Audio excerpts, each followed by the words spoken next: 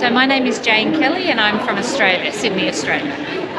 So what are you doing at COP and what are you looking to get out of it? So in Australia, I work for a Christian social justice organisation called Common Grace, and we promote climate justice alongside Aboriginal and Torres Strait Islander justice and the intersection. So Aboriginal and Torres Strait Islander people are our First Nations people, and the intersection between justice that they're calling for and also climate justice. So that's my organisation.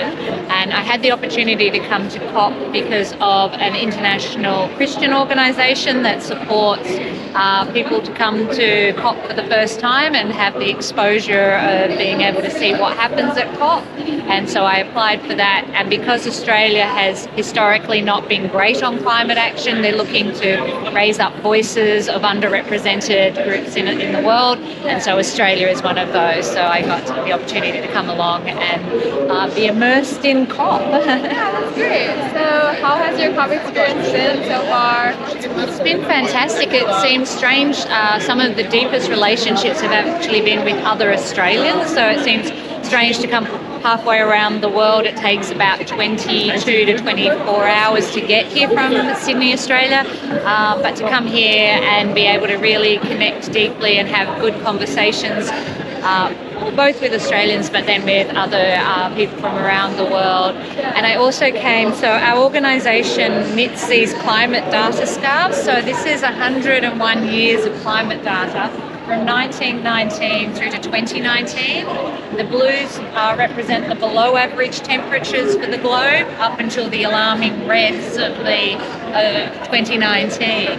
And so when we knew I was coming to COP, we contacted our supporters in Common Grace and said, would you like to knit climate scarves? And so I've had approximately 20 climate scarves that I've been being able to gift to leaders like Al Gore. We got to get one to Al Gore last night, through to local grassroots people on the ground who are being climate activists in their own community and bring the message of solidarity from Australia and also a message to our leaders that we as a community, as the global community and more specifically as the Australian community are calling for action on climate change.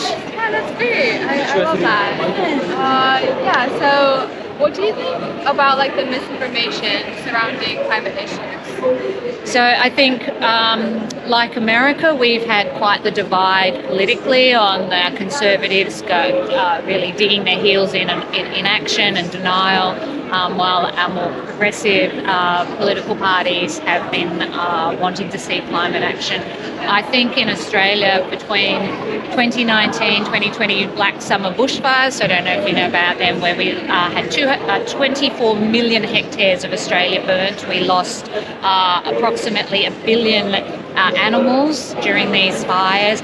And then Australia, so that had been on the heels of very long and protracted droughts across Australia. We then had this Black Summer bushfire, and then we've had 18 months of some of the most horrific flooding, some communities being hit 4 times in 18 months with floods going through. I think that in Australia there's been a very big shift away from denial. There'll always be an element of the community who want to say it doesn't exist, but the lived reality of Australians now is that we are one of the countries that we knew would be at the forefront of the impacts of climate change, and we're now seeing that, and our communities are now living that. And so I think that the messaging in Australia has probably moved from climate denial, in that those who want to deny it, into climate delay, but that they're an ever diminishing portion of the community. And as more people live with the experience of climate change, we're seeing people say we need to act, and we need to act rapidly. Yeah, for sure. When and how did you start working with your organization on these issues? So about 2 years ago, I volunteered with this organisation.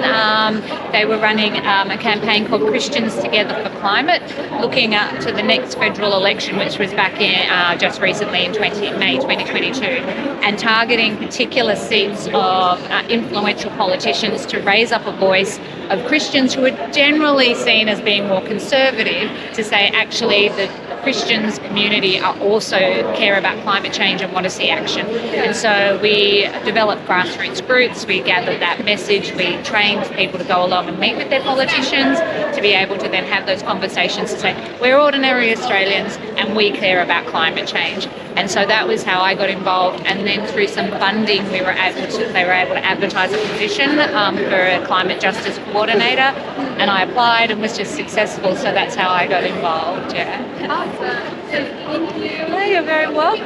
It's lovely to chat with you, and I'm so glad. How are you finding your experience here at COP, may I ask? Yeah, it's been really fun, just like learning a lot and talking to people. Yeah, it's huge and it's like a lot going on. Yeah. But it's been really fun. Oh, that's great. Well, all the best with your studies. Thank you. And may it be impactful. Thank you. Thank you. It was lovely to meet you too.